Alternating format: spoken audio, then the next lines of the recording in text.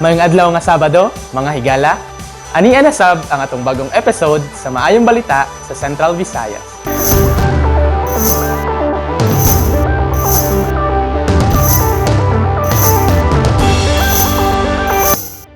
Ecobricks mo, bigas ko.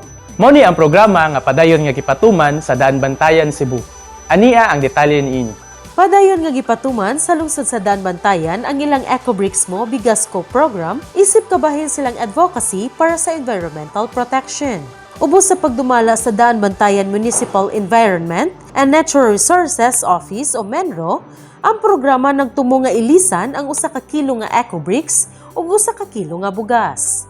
Ang Ecobricks usa ka proseso sa pagdumala sa solid waste kung diin isulod og isansan sa plastic bottle ang mga nilabay nga plastic.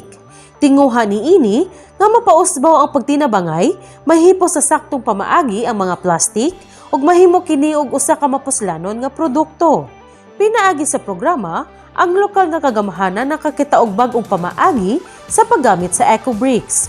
Kini, easy filler sa kasamtangan nga riprap retaining wall nga naa mahimutang daplin sa suba sa bagong Daan Bantayan Public Market. Samtang, nakabuhat usab sila og eco pillows nga ginama gikan sa ginunti nga plastic o recycled garbage. Alang sa Maayong Balita sa Cebu, ako si Hershey Zaspa. Atong tan-awon ang Maayong Balita didto sa Siquijor. Usa ka gatos ug 5 ka mga sikihudnon ang naserbisyuhan, kapatan og 2 niini mga lalaki, kaunuman og 3 mga babaye, ug 4 ang nadawat dayon o hired on the spot sa gihimong World Cafe of Opportunities dito sa Lazik Covered Court niadtong Agosto 25 atol sa pagsaulog sa National Tech Voc Day, diin gitipok ang mga industry partners ug mga kumpanya alang sa maong kalihukan. Atong National TikTok Day karon atong gilangkuban sa very important activity kaning gitawag nato World Cafe of Opportunities. So, opportunities for job linkaging, opportunities for both wage and self-employment. Nga nag-invite ta og mga employers, mga recruiters nga ang atuang mga alumni at mga graduates makatrabaho.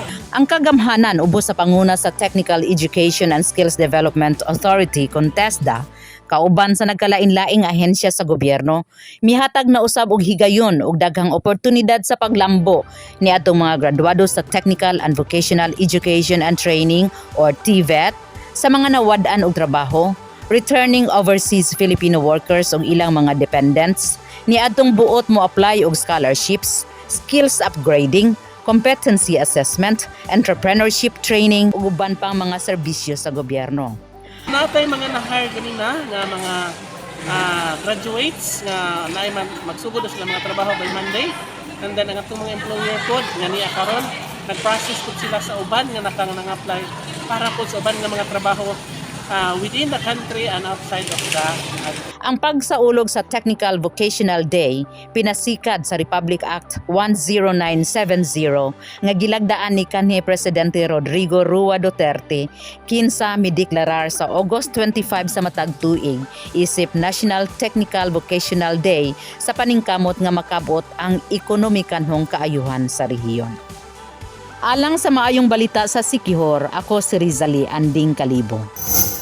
Para sa mga taga-Bohol, ania ang Maayong Balita para kaninyo. Gitanyag sa social security system ngadto sa mga employer nga wala pa marehistro ug kangkansang contributions na amoroso ang pag-avail sa duha nila ka programa aron ang utang sa contribution ug rehistro mapapas na. Kini samtang gipadayon sa kagamhanan ang pagpatuman sa run after contribution evaders alang usab sa kaayuhan sa mga trabahante o employers. Kahinumduman, subay sa balaod, pugos na ang pagpasakop sa SSS sa mga OFWs, trabahante o employers kung sa matag binuwan nga kalta sa sweldo, kini idugang sa pondo alang sa makuha nilang benepisyo. Kung sa matag buwan nga palta sa pagbayad, ang interest magkalapad ug ang mga sakop kon manginahanglan kasagaran mahikawan.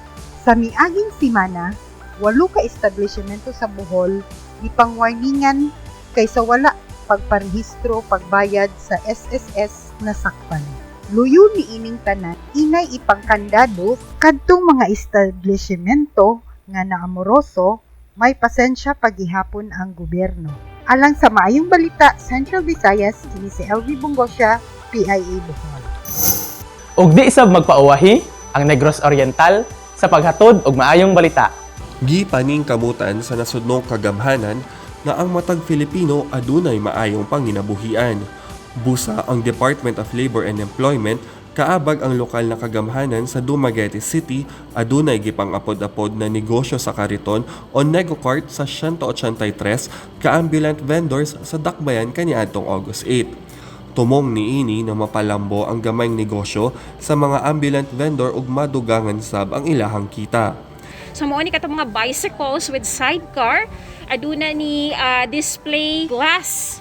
Mamahimag silang maninda within the city or sa asa pang mga lugar nga duol lang sa ato ang syudad. So aduna yung mga isuon natong beneficiaryo nga naninda sila og mga tempura, mga street food sa lag-on, mga snacks o mga pagkaon.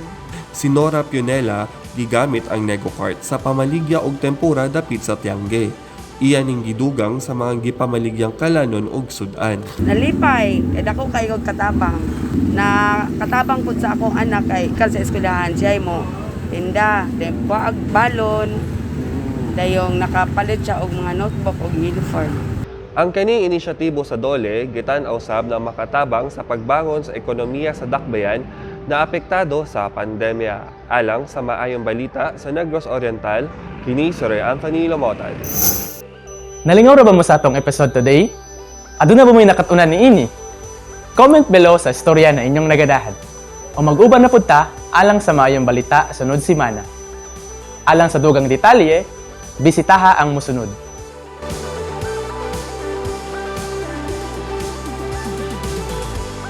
Ako si Rob Cabardo.